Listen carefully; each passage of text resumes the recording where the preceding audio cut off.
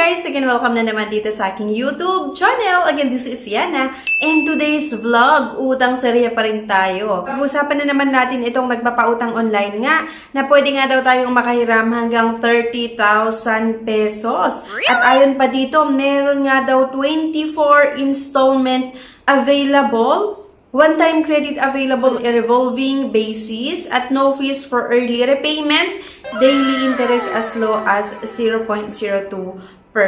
Sisisihin natin itong pautangan na ito kung pwede nga pa talaga makahiram hanggang 30,000 pesos, especially nga kung first time natin. At meron nga pa talagang 24 installment na available. Ibig sabihin, mas mahaba daw yung payment terms na. Pero bago ang lahat, kung bago ka pa lang dito sa aking YouTube channel, mag-subscribe ka na nga po para makasali sa ating weekly pa-Gcash giveaways. At every month din po namimigay tayo ng isang Realme na cellphone. At congratulations nga pala sa winner natin last January. At eto nga yung mga previous month pa na mga nanalo ng cellphone pa-giveaways natin. Okay? So let's get back to the topic mga beshies. Eto na nga ang pag-uusapan natin ay si Credit Peso Safe online loan. Under na naman ito sa Microdot Lending Corporation. Etong pautangan na ito ay merong 2.5 na star. Ibig sabihin napakababa. Pero 100,000 or more than 100,000 yung download. Kaya naman, tignan natin kung okay nga ba. At syempre, pag i-open natin yung app nga na ito,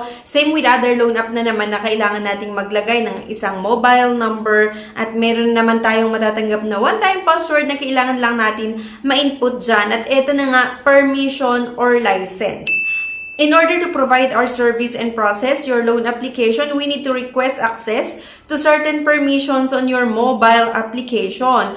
We will ask for your consent to enable these permissions through a pop-up or additional prompt when you first use the application. Pero yung sinasabi ko sa inyo mga beshi ko ha, na mag-ingat kayo sa mga inuutangan natin online, yung iba't ibang mga loan app, kasi nga marami silang gustong i-access sa ating cellphone. Yung application information daw, dapat bigyan natin silang permission para ma-access nga, device information, message, camera, and ayun na nga mga beshies, mag-ingat kayo kasi once na-access nila yan, yung privacy natin ay napapawalang pahala. Hindi ko naman sinasabi na gagamitin nila sa hindi maganda yung mga infos natin or yung mga laman ng cellphone natin na nakuha nila, pero diba, kaya mag-ingat na lang din tayo kung meron tayong ibang option, huwag nyo nang subukan na umutang sa iba't ibang mga loan app. Pero for the sake nga sa ating reviews, ayan, go pa rin tayo mga beshies, nag-agree pa rin ako. And ito na nga yung sinasabi ko kanina na pwedeng makautang hanggang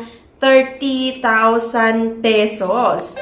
Complete the certification and get the loan quota. Kailangan nyo sagutan itong mga basic info, yung pangalan, ID number, syempre, gender, date of birth, education, at yung ID card. At ito na nga daw mga beshes, yung mga ID na tinatanggap nila. Pwede dito yung SSS, yung TIN, passport, PhilHealth, driver's license, voter's ID, UMID, postal ID, PRC ID, yung GSIS ID, student ID, pag-ibig, and national ID. So, mamimili ka lang dyan mga besh kung ano yung ID na meron sa'yo. Kasi nga ang requirements para umutang ay isang valid government ID.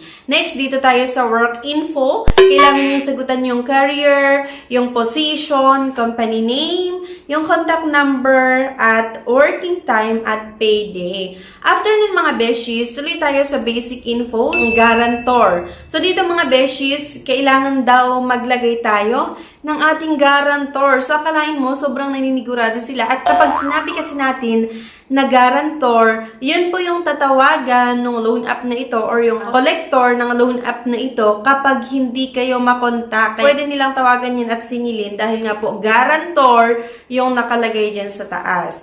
After nung guarantor, meron nga itong emergency contact. Kailangan nyo sagutan yan. At dito na nga tayo sa authentication ID na kung saan kailangan nyo na namang mag-upload ng isang valid government ID, front side of ID card. Okay? Front and back. At dito na tayo sa payment method. Pwede ditong via bank or via e-wallets. And ito na nga, e-wallets na naman tayo at si GCash ang pinili ko. Kaya lang mga beshies, yung 30,000 po na sinasabi ng loan app na ito na pwede ko daw mautang ay hindi naman po talaga totoo. Kasi nga nung nasubmit ko ang aking loan application, after ilang minuto na pag-aantay ko dun sa pag-process nga ng loan app na ito, ng aking loan application, abay naaprubahan daw yung loan ko ng 3,000 pesos. Pero alam nyo ba mga besh, doon sa 3,000 pesos, abay hindi ko matatanggap ng buo yon. Kasi ang pinasok lang nila sa aking GCash account ay 1,740 pesos at kailangan ko ngang bayaran ito within 7 days. At yun nga, 3,063 pesos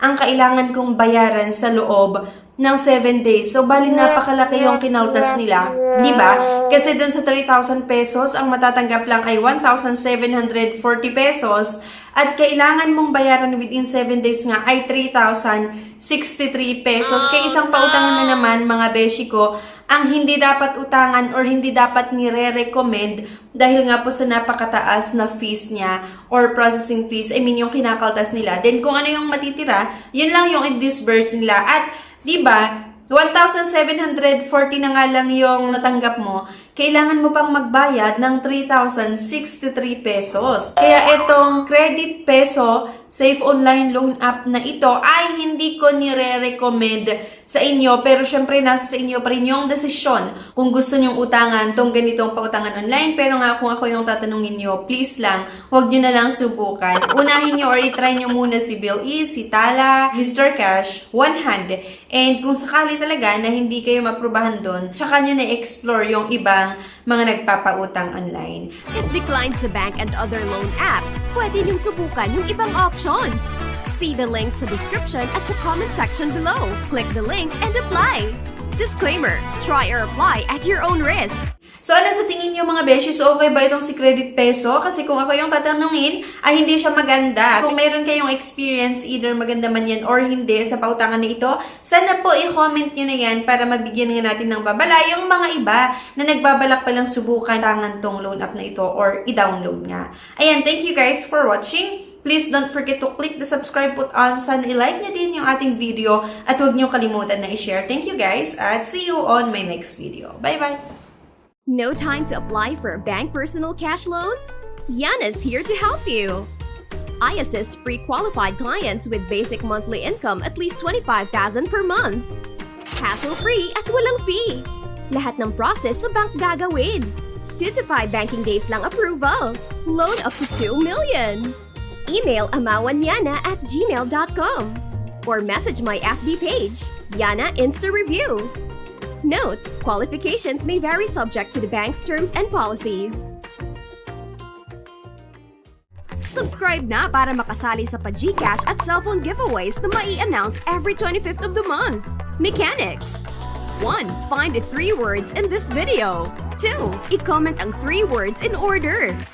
3. Like this video, subscribe, comment, and share.